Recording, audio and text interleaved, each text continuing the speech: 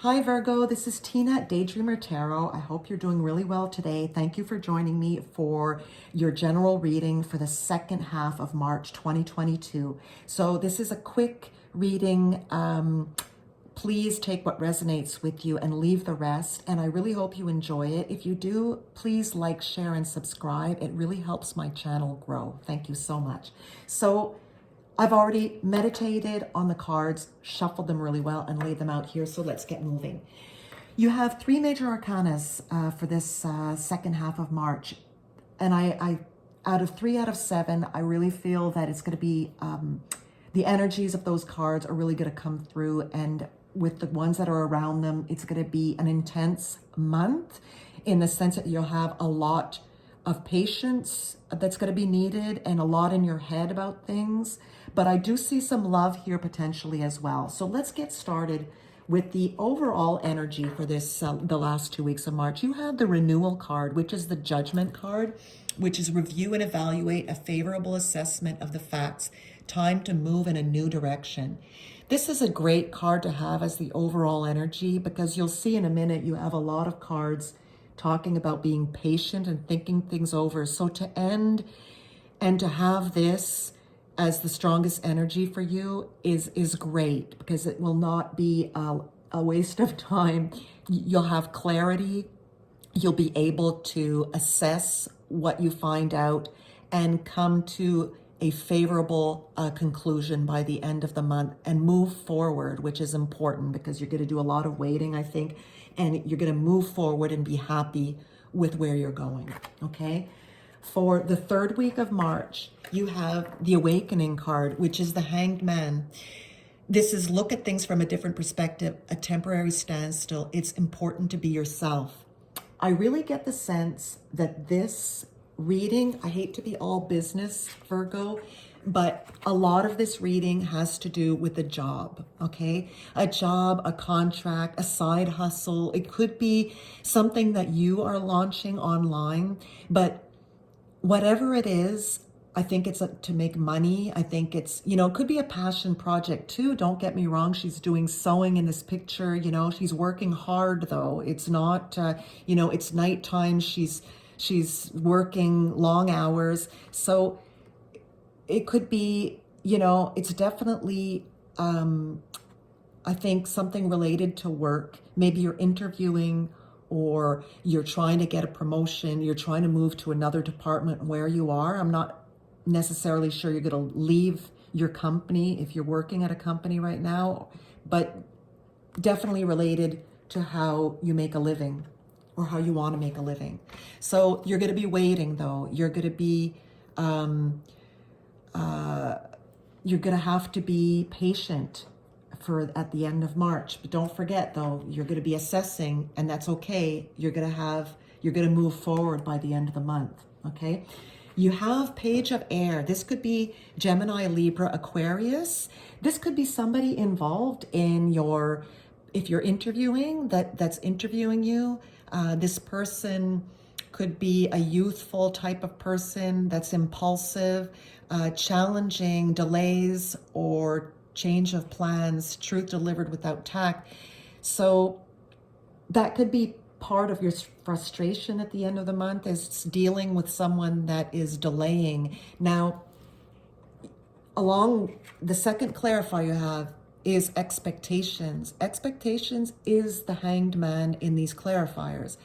And what she's doing here is she's looking outside. This card indicates that you are waiting for something that's out of your control, that you have done everything that you can, and you are now waiting for something to happen, whether it's news, whether you're waiting for someone to arrive, whether you're waiting for money to come in to start your business, whether you're waiting for a contract. You have done everything you can, and now it's the waiting game. And I have a feeling that you're waiting on this person here to get back to you.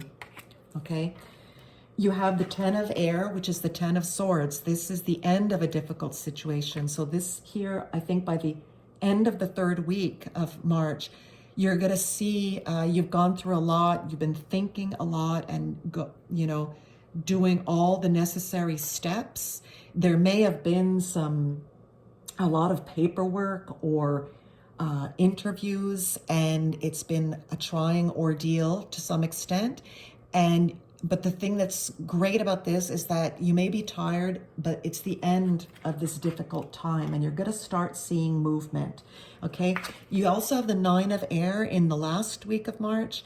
This is expecting the worst, self-fulfilling prophecies, sleepless nights. Now, you know, if you've been waiting and dealing with someone difficult and stuff out of your control, interviews and stress, I'm not surprised you have this card. Anxiety, a little bit of, you know, thinking, worrying, it's worry.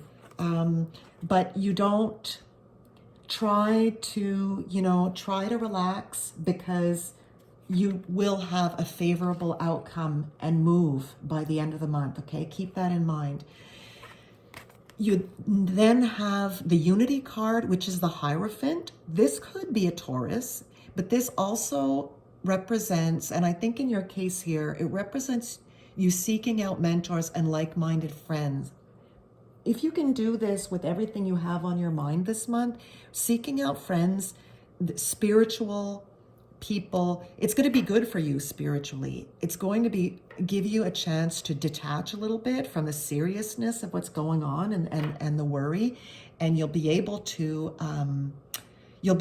relax and share and have a better, just, you know, overall feeling better about yourself. Okay, it's always good to do this.